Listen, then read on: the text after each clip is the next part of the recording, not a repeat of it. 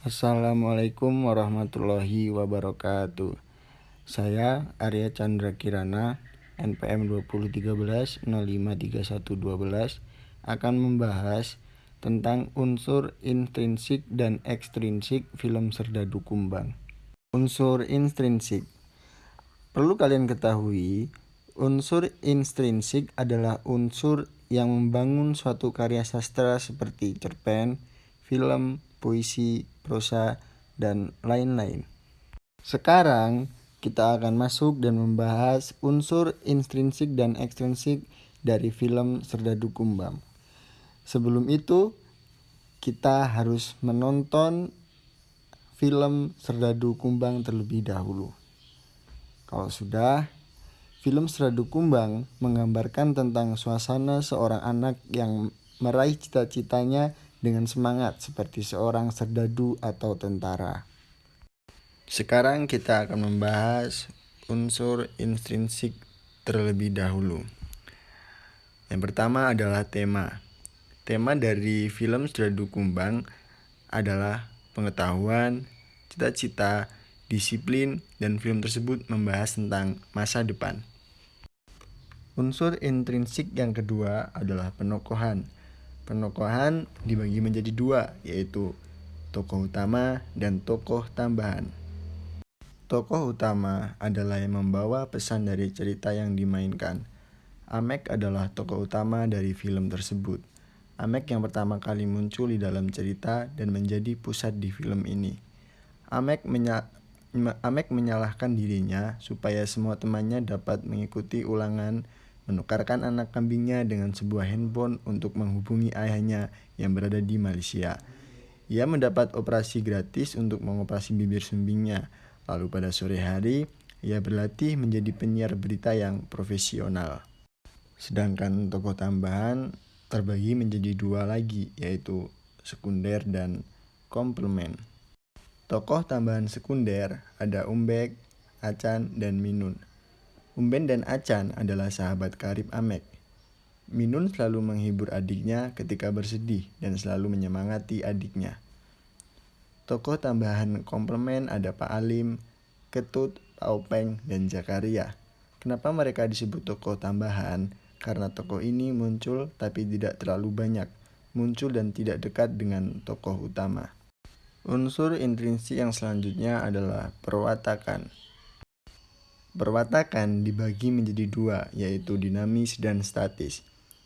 Dinamis artinya berubah-ubah, yaitu Amek, Umbek, Minun, dan Zakaria, kadang baik, kadang buruk. Sedangkan watak statis yaitu watak yang tetap, yaitu Pak Pin dan Bu Imbak. Beliau selalu berbuat baik dan berkata baik. Unsur intrinsik yang selanjutnya adalah alur cerita.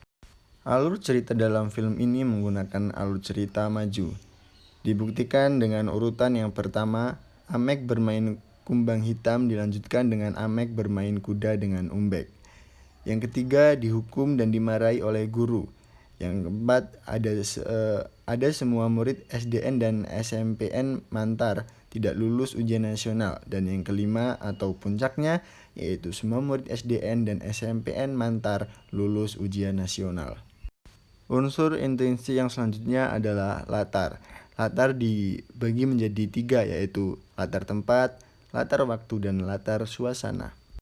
Latar tempat dibagi menjadi dua lagi, yaitu dominan dan tidak dominan. Dominan itu ada di rumah Amek, sekolah, dan di bawah pohon cita-cita. Kemudian tidak dominan ada di pantai dan di masjid. Kemudian latar waktu. Pagi hari dimulai dari Amek masih tidur. Kemudian siang hari Amek mengikuti tanding kuda. Sore hari Amek menunggu di rumah Bu Imbak. Dan malam hari Pak Pin, Amek, dan kawan-kawan berada di pohon cita-cita.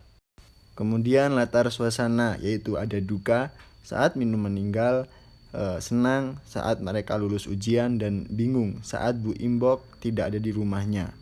Dan unsur intrinsik yang terakhir adalah sudut pandang.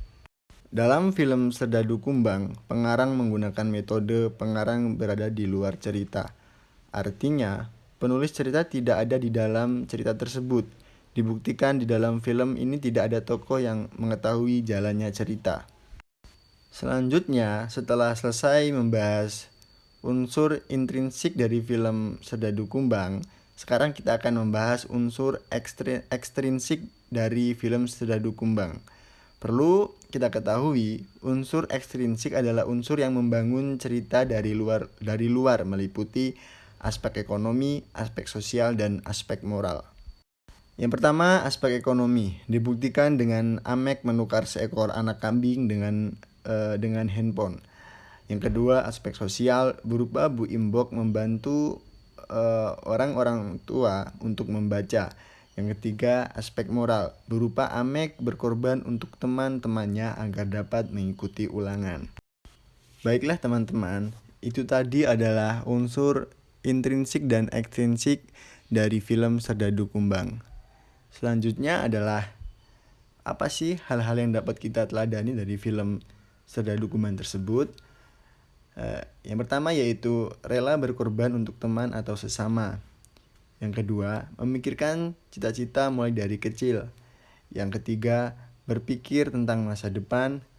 Yang keempat, jangan mudah menyerah. Dan yang kelima, belajar dengan giat.